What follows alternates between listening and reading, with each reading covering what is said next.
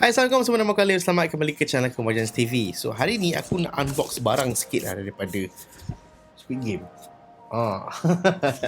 So, ni package daripada New Era. Okay, aku dapat satu topi yang aku rasa macam best gila lah, nostalgic. Bila kita cakap pasal New Era punya cap, kita akan terbayang apa? Baseball punya cap kan. Bila kita terbayang baseball, kita terbayang satu team lah, New York Yankees. Aku suka gila New York Yankees pun sebab Fred Durst, sebab Limp Bizkit. Dia pakai topi NY warna merah kan. Jadi kita bila dah suka tu, kita research lah, terjebak lah sampai aku tak minat Limp Bizkit, aku minat New York Yankees. So zaman aku tu tahun 2001-2000 macam tu, favourite aku time tu Derek Jeter lah. Derek Jeter dalam team dia ada Jorge Posada, ada Hideki Matsui, ada bukan first lah, antara yang terawal juga Asian yang ada kat situ. So hari ni topi baru, beautiful. Ini adalah edition di mana mereka menggunakan color the team itself lah, color grey dengan color navy ni, color team tu. I always like my cap to be like this, curve brim. Ini yang pertama, kalau aku dapat cap New Era, apa aku buat adalah aku cabut semua stiker dia. Jangan trigger. Ini pun sama. Okay, curve sikit, tukar topi. Yes, nice. Shout out to New Era, thank you for the cap. So kalau korang nak, aku akan sediakan link kat bawah. Pada hari ni guys, aku nak ceritakan dengan korang tentang fakta yang mungkin korang tak tahu pasal Apple. Pasal Apple. Siapa tak kenal Apple guys? Company yang bertanggungjawab untuk menghasilkan telefon kegilaan ramai, iaitu iPhone. Dan dekat sini, aku nak share dengan korang serba sedikit tentang perkara yang mungkin korang tak tahu pasal Apple itself. Aku juga akan share sedikit sebanyak pengalaman aku sebagai seorang employee Apple, seorang yang bekerja dengan Apple, seorang yang ada badge Apple.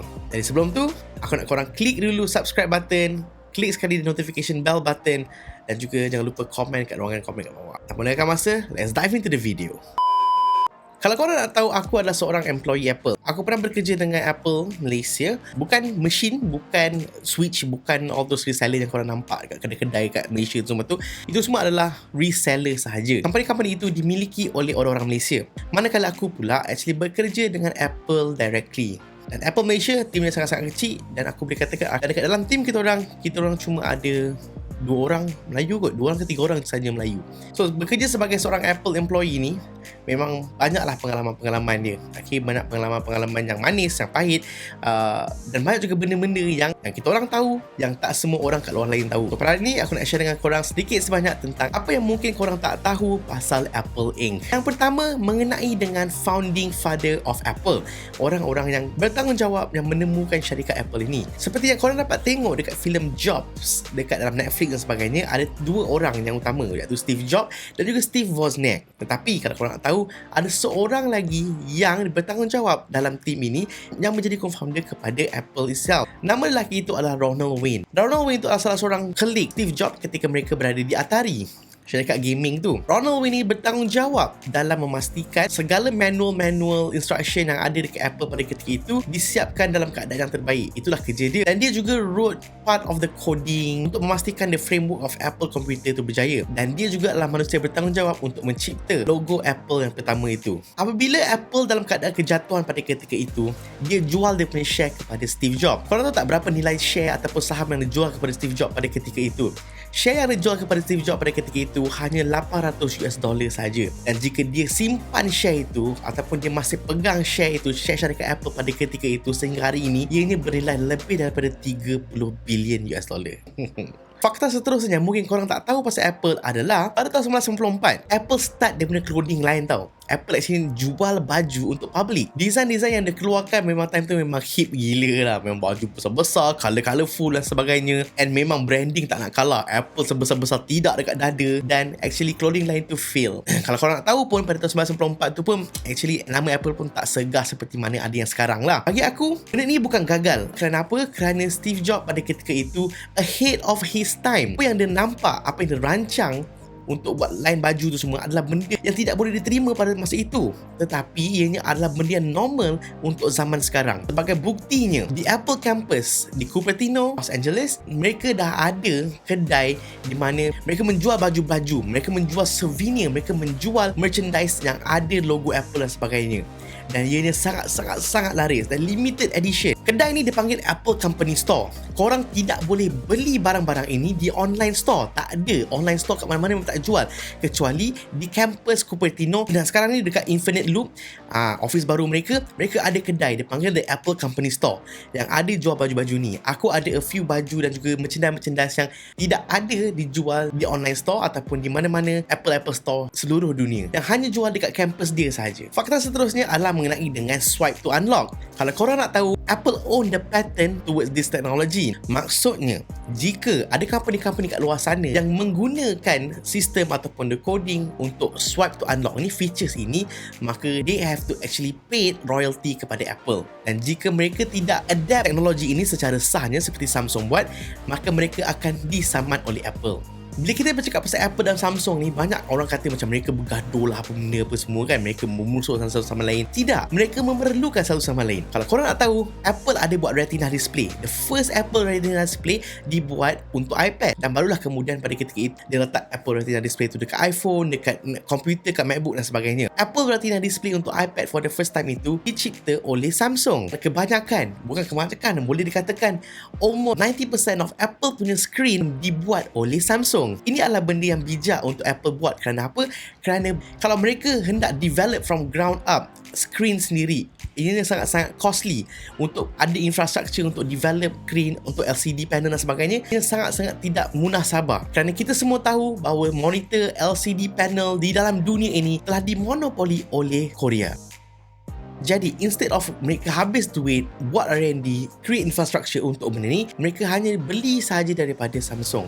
What they do is, mereka make sure Samsung develop this type of formulation punya LCD, punya panel, dan hanya mereka sahaja yang ada benda ini.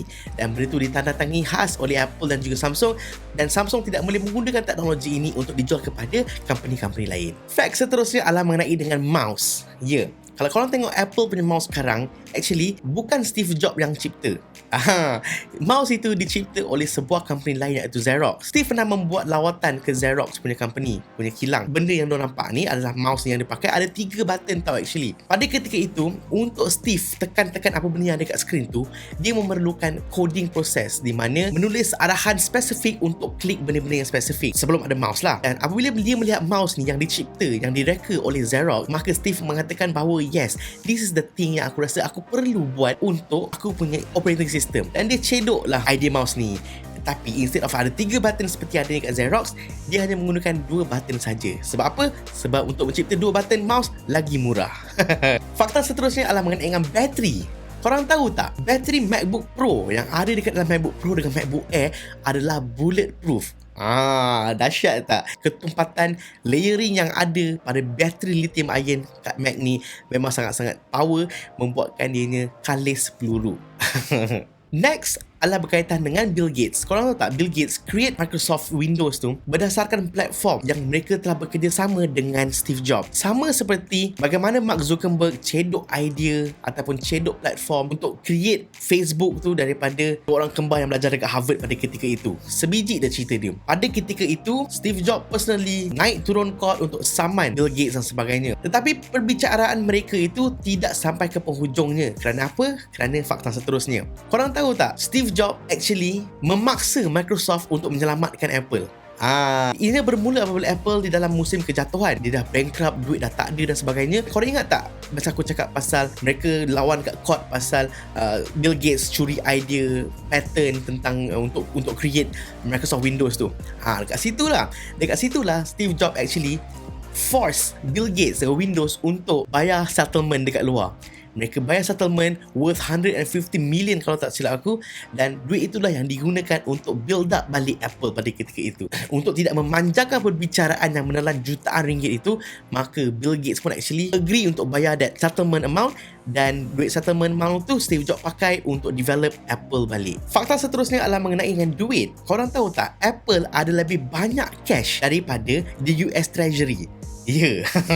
So actually cash in hand apa yang company Apple ni ada, mereka ada lebih daripada apa yang US ada. Next, untuk kita cerita tentang bagaimana kayanya company Apple ni, kalaulah Apple itu adalah seorang manusia dan dia hendak bershopping alright, dia nak membelanjakan duit dia, dia boleh beli 80% of the company yang ada dekat dalam Fortune 500. Maksudnya Apple mampu untuk memiliki 80% company yang ada di dalam Fortune 500, iaitu 500 company yang paling bernilai dekat Amerika Syarikat. Pada 5 tahun yang lepas, Apple mampu untuk beli Tesla dengan Netflix dengan hanya keuntungan daripada syarikat itu untuk suku pertama tahunan. The first 3 months of the business untuk tahun itu dah cukup untung dia untuk beli Netflix dengan Tesla serentak.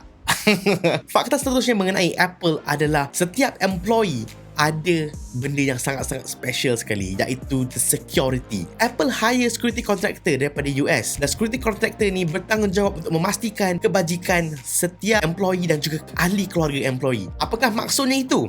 Maksudnya, jika aku keluar daripada Malaysia untuk bekerja ataupun pergi bercuti bersama ahli keluarga aku akan ada special apps dekat aku punya telefon. Dan jika ada kecemasan berlaku dekat tempat di mana aku duduk itu, sama ada aku pergi holiday ke, aku bekerja di luar negara ke, aku hanya perlu ambil phone aku, tekan apps tu dan tekan SOS button, dan di security contractor akan bergegas cari aku dekat hotel aku, ambil aku masuk dalam SUV dan make sure aku fly keluar daripada negara itu secepatnya mungkin. The first flight yang ada, dia akan put me on that flight, akan hantar aku terus macam tu je. Dan kalau aku bersama keluarga pun sama, keluarga aku pun akan dapat treatment yang sama. That is how special aku rasa apabila aku bergelar Apple punya employee. Tetapi malangnya, benda tu tak pernah aku dapat rasa lah.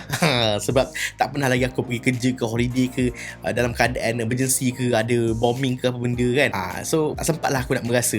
Itulah ceritanya facts-facts yang mungkin korang tak tahu mengenai Apple Incorporated. And I'm really glad that I can have this opportunity to share dengan korang pasal cerita-cerita ini. So again, komen kat bawah tajuk apa yang korang nak aku cakap selepas ini. Stay safe, stay healthy, stay positive, be a good Muslim as always. Assalamualaikum warahmatullahi wabarakatuh.